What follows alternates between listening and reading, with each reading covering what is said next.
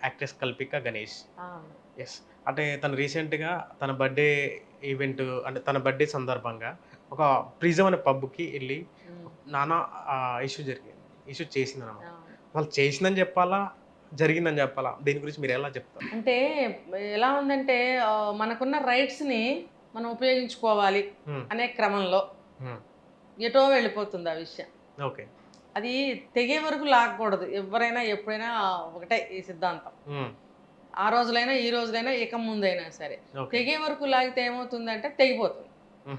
తెగిపోతుందంటే అక్కడ ఎంత పెద్ద ఇష్యూ గొడవైనా అయిపోతుంది. రైట్. ఇప్పుడు చూస్తున్నాం బయట సమాజంలో హత్యలా, ఆత్మహత్యలా. హ్మ్. అంటే అదేంటి మనము ఒక మనిషిని రెచ్చగొట్టుకుని అది చివరికి పరాకాష్ఠకెళ్ళిపోయి చంపేసుకోవడం. హ్మ్.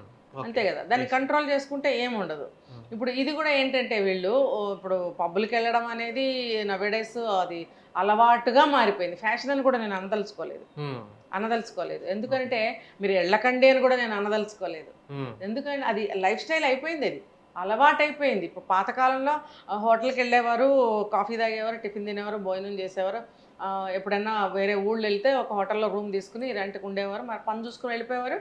వాటి ఉద్దేశ్యం అలా ఉండేది. హ్మ్. మరి అవి ఇప్పుడు ఈ రూపం దాల్చినియి. అంటే అవే అని చెప్పలేము. ఓకే. రూపాంతరం చెంది. హ్మ్.